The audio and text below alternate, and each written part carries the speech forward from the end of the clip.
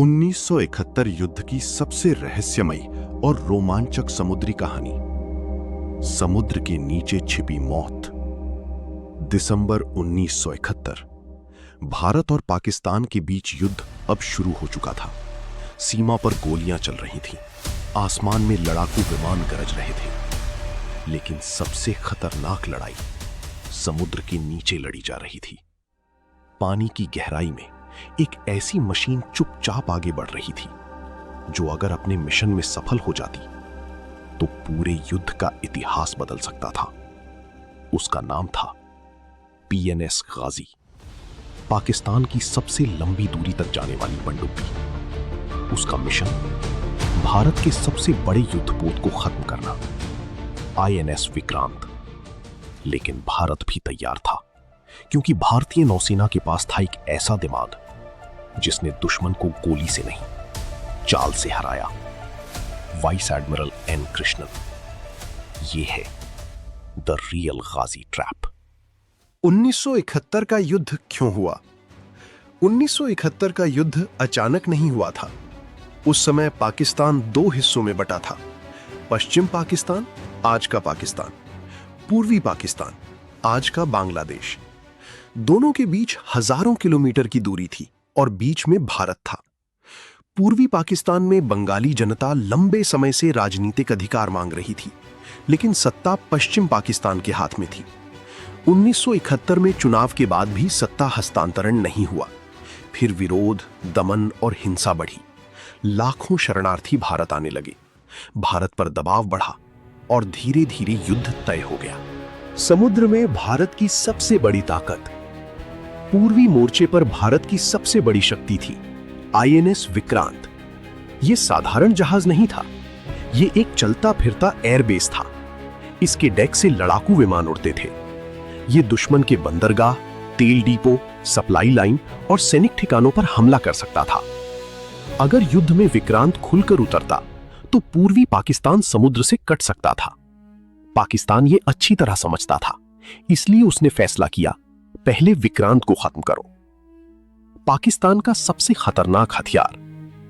पाकिस्तान नौसेना के पास उस समय सीमित पनडुब्बियां थीं, लेकिन एक पनडुब्बी सबसे अलग थी, PNS गाजी। यह मूल रूप से अमेरिकी नौसेना की USS डियाब्लो थी, बाद में पाकिस्तान को मिली। ये पुरानी थी, लेकिन लंबी दूरी तक जा सकती थीं। इसके पास थे टॉर्पीडो, माइंस, लंबी समुद्री क्षमता, छुपकर हमला करने की ताकत और सबसे महत्वपूर्ण, ये बंगाल की खाड़ी तक पहुंच सकती थी। गाजी का मिशन नवंबर 1971। गाजी को गुप्त आदेश मिला। प्राथमिक मिशन, INS विक्रांत को ढूंढकर डुबो दो। दूसरा मिशन था, भारत के पूर्वी तट के पास माइंस बिछाओ, यानी अगर विक्रांत ना मिले तो भारतीय नौसेना के बंदरगाहों को खतरे में डालो। 14 नवंबर 1971 को गाजी कराची से निकली। हजारों किलोमीटर का सफर, दुश्मन के पानी में, पुरानी मशीन, सीमित सपोर्ट, लेकिन मिशन बेहद बड़ा। भारत को भनक लग चुकी थी। भारतीय खुफिया एजेंसियां और नौसेना रेडियो सिग्नल पर नजर रखे हुए थीं। कुछ इंटरसेप्टेड संदेशों से संकेत मिला कि पाकिस्तान की पनडुब्बी पूर्वी समुद्री क्षेत्र में भेजी जा सकती है। भारतीय नौसेना ने समझ लिया, अगर कोई पनडुब्बी आएगी तो उसका निशाना होगा विक्रांत। अब सवाल था, क्या विक्रांत को सीधे खतरे में डाला जाए या दुश्मन को भ्रम में रखा जाए? यहीं से शुरू होती है असली कहानी। अब होती है मास्टरमाइंड्स की एंट्री। ईस्टर्न नेवल कमांड के प्रमुख थे वाइस एडमिरल N कृष्णन। उन्होंने स्थिति समझी, अगर गाजी विक्रांत तक पहुंच जाती तो भारत को बड़ा नुकसान हो सकता था।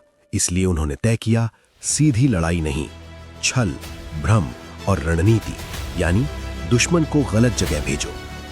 विक्रांत गायब हो गया। भारत ने सबसे पहला कदम उठाया। INS विक्रांत को संभावित खतरे वाले क्षेत्र से हटाया गया। उसे सुरक्षित समुद्री क्षेत्र की ओर भेजा गया, जहां से वो सही समय पर हमला कर सके। कुछ विवरणों के अनुसार उसे अंडमान निकोबार के आसपास ऑपरेशनल क्षेत्र में रखा गया। अब गाजी अगर विशाखापट्टनम पहुंचती तो उसे असली लक्ष्य नहीं मिलता। झूठे संकेतों का खेल। अब शुरू हुआ डिसेप्शन ऑपरेशन। भारतीय नौसेना ने ऐसे रेडियो संदेश भेजे जिससे लगे कि विक्रांत अभी भी पूर्वी तट पर मौजूद है। कुछ विवरणों में बताया गया है कि दूसरे जहाज़ों से ऐसा संचार कराया गया मानो विक्रांत आसपास हो।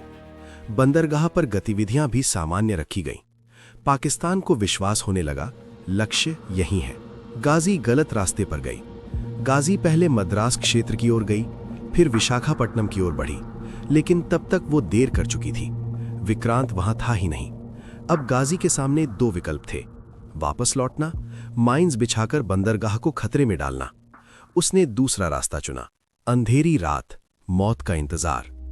तारीख थी 3 दिसंबर 1971 की रात। युद्ध आधिकारिक रूप से शुरू हो चुका था।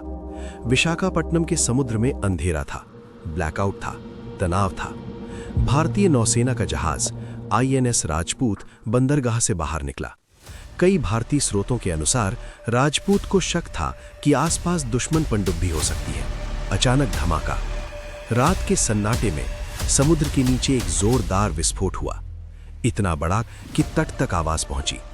कुछ देर बाद पानी पर दिखा तेल, लकड़ी, धातु के टुकड़े, मलबा। समुद्र ने संकेत दे दिया था, नीचे कुछ बहुत बड़ा खत्म हो चुका है। सुबह का खुलासा। सुबह जब जांच हुई तो समुद्र के नीचे टूटी हुई पनडुब्बी मिली। वो थी PNS गाजी। उसके साथ सवार 93 लोग भी मारे गए। गाजी अब लोहे की कब्र बन चुकी थी। असली सवाल, गाजी डूबी कैसे?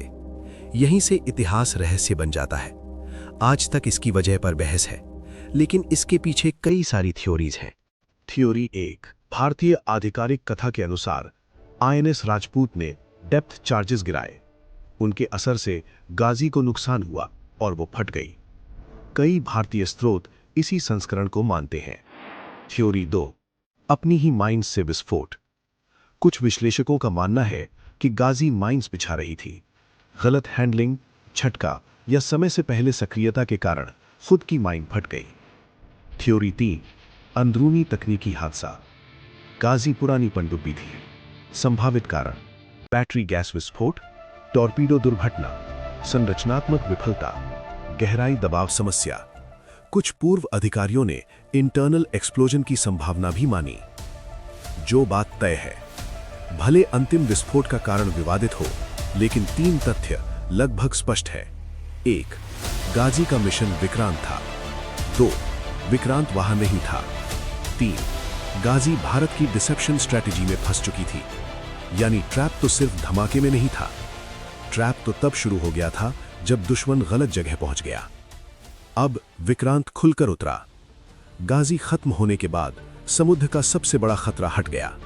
अब INS विक्रांत ने पूर्वी मोर्चे पर एयर ऑपरेशन शुरू किए। भारतीय विमानों ने हमला किया। चिटगांव, कॉक्स बाजार, समुद्री सप्लाई लाइनें, सैन्य ठिकाने। पूर्वी पाकिस्तान अलग थलग पड़ने लगा। युद्ध का रुख बदल गया। समुद्री नाकेबंदी का असर गहरा था। जब सप्लाई कटती है तो सेना कमजोर होती है। जब बंदरगाह बंद होते हैं तो मदद रुकती है। और यही हुआ। भारत ने जमीन, हवा और समुद्र तीनों मोर्चों पर बढ़त बना ली। बांग्लादेश का जन्म। कुछ ही दिनों बाद पूर्वी पाकिस्तान अलग होकर नया देश बना, बांग्लादेश। 16 दिसंबर 1971 को पाकिस्तानी सेना ने आत्मसमर्पण किया। ये आधुनिक इतिहास की सबसे बड़ी सैन्य पराजयों में से एक मानी जाती है। गाजी ट्रैप क्यों अमर है? क्योंकि इसमें सिर्फ युद्ध नहीं था, इसमें था intelligence, strategy, deception, timing, psychological pressure. ये कहानी सिखाती है कभी कभी दुश्मन को हराने के लिए गोली नहीं, गलत जानकारी काफी होती है। आज भी कहां है गाजी? 2024 की रिपोर्ट्स के अनुसार भारतीय नौसेना के DSRV ने विशाखापट्टनम तट के पास लगभग 100 मीटर गहराई में गाजी का मलबा खोजा। उसे छेड़ा नहीं गया क्योंकि वो अपने दल की अंतिम रेस्टिंग प्लेस मानी जाती है। एक पनडुब्बी निकली थी इतिहास बदलने, लेकिन खुद इतिहास बन गई। एक जहाज छिपा दिया गया, एक झूठा संकेत भेजा गया, एक दुश्मन भटक गया और समुद्र के नीचे एक साम्राज्य की उम्मीद डूब गई। यही थी द रियल गाजी ट्रैप।